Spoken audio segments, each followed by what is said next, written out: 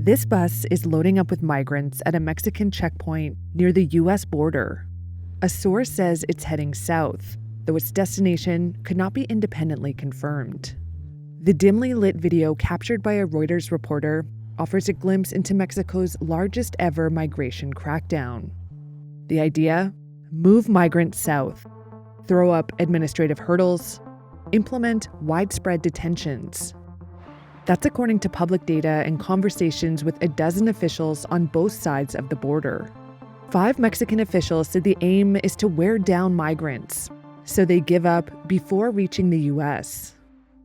Immigration has been a key issue in the run-up to the U.S. presidential election on November 5th. On day one, I will launch the largest deportation program in American history. Polls show voters trust Republican candidate Donald Trump more on the issue of immigration than his Democratic rival, Kamala Harris. Our system must be orderly and secure. Partly as a result of Mexico's efforts, the number of migrants caught by U.S. authorities at the border in recent months has fallen sharply to the lowest level since 2020. One expert at George Mason University said a border that looks out of control fuels Donald Trump, and that Mexico's crackdown helps the Biden administration dampen that view.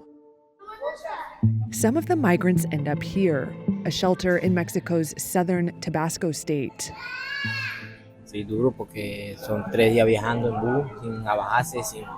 Venezuelan migrant Jose Diaz says he spent 3 straight days on a bus, traveling 2,000 miles with no stops, although the bus had a bathroom, he says. Previously unreported data show Mexico is on track to bus a third more migrants to its southern states this year. Its government rarely talks about the program publicly. The country's foreign ministry says the goal is not to exhaust migrants, it's to protect them from human traffickers. The head of a unit at Mexico's public defender's office says busing is a, quote, illegal practice. Here's the director of the International Rescue Committee, Rafael Velasquez. Mexico is the last mile for Afghans, Senegalese, for people from Syria. Here you can see people from Haiti, people from all over the world. This is where they come. This is where they end up. This is where they are. This is the corral where many of these situations happen.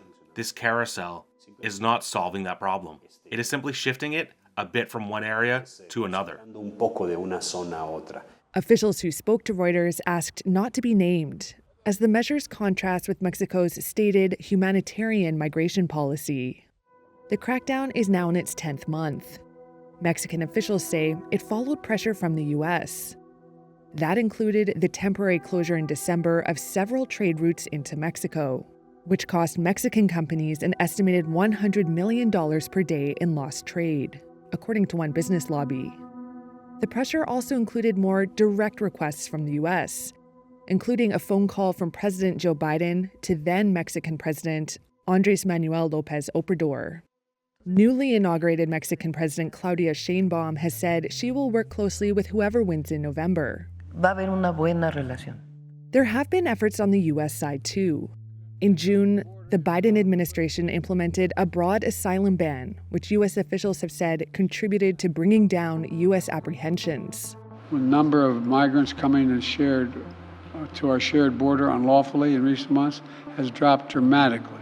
But one expert said Mexico's effort has been, quote, absolutely crucial. Harris has pointed to the U.S. numbers to argue in her campaign that the Biden administration has been tough on border issues. While Trump has increasingly used darker and more violent language about immigrants, Mexico itself has been less of a target than in 2016. One senior Mexican official said, that's the whole point, to not be the focus in this year's election. Mexico's foreign ministry said its migration strategy is not linked to the election.